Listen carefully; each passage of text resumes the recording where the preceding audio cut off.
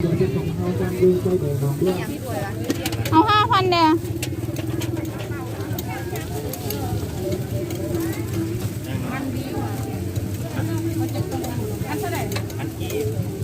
มึงจะเอาอันนั้นเลยปะอันละเท่าไหร่อันละ1,000เอาอีกไหม เยอะมึงมีใบน้อยบ่ล่ะ ใบน้อยเท่าไหร่5,000 5,000เป็นนี่ป่ะ เคสเด้ซูชิเป็นตาแซ่บ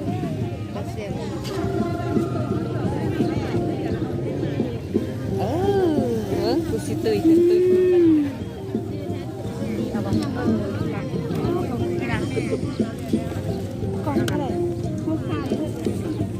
กับนึ่งเท่าใดนี่เอาเด้เท่าใดกับเส้น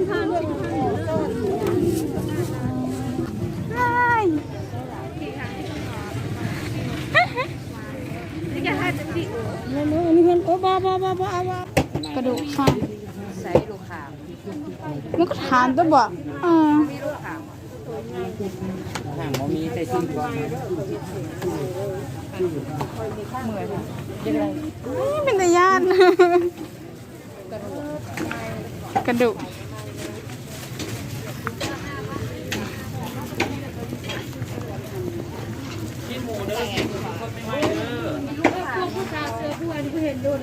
ข้างมีแต่จังสั้นจังมาครับ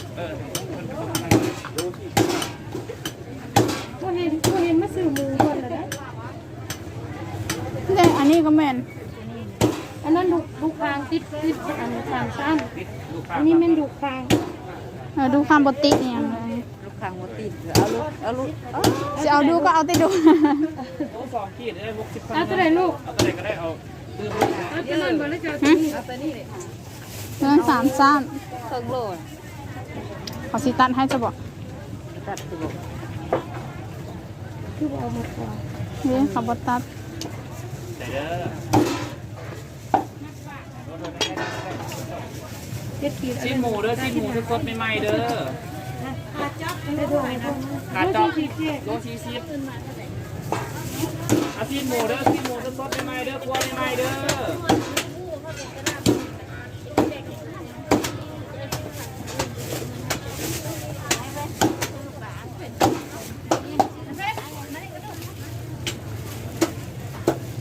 ชิ้นหมูเด้อชิ้นหมูเด้อสดใหม่ๆ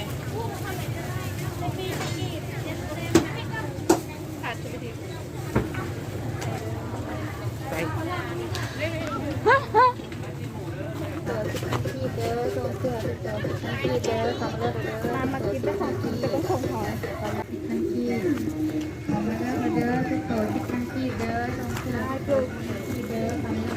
ลงได้อยู่วะ ลงบ่ได้ก็ได้ นั่นพอดีออนเลยมันก็อยู่ข้างนั้นเขา เอาแล้วป่ะ โอนแล้ว เคยบอกหอยนะแซน โอ้โอ้โอ้โอ้โอ้ โอ้ยชิ้นก็นี้เลยไหมนะ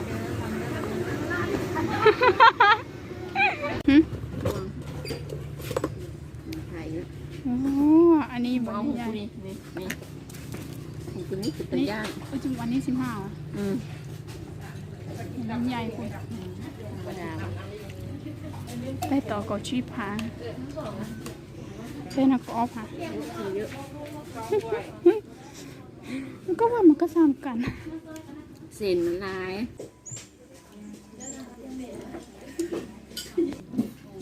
น่ากลัวไหมน่าอร่อยต้นๆทั้งนั้นนี่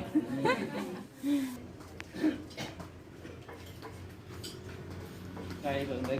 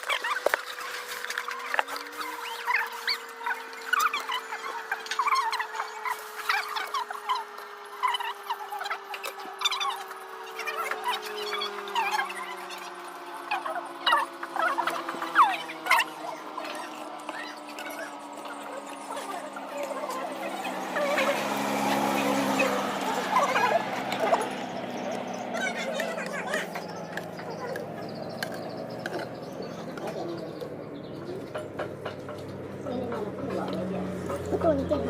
อย่างไรเห็ด บางคนสิบ่ได้เฮ็ดได้เฮ็ดบ่เป็นเลย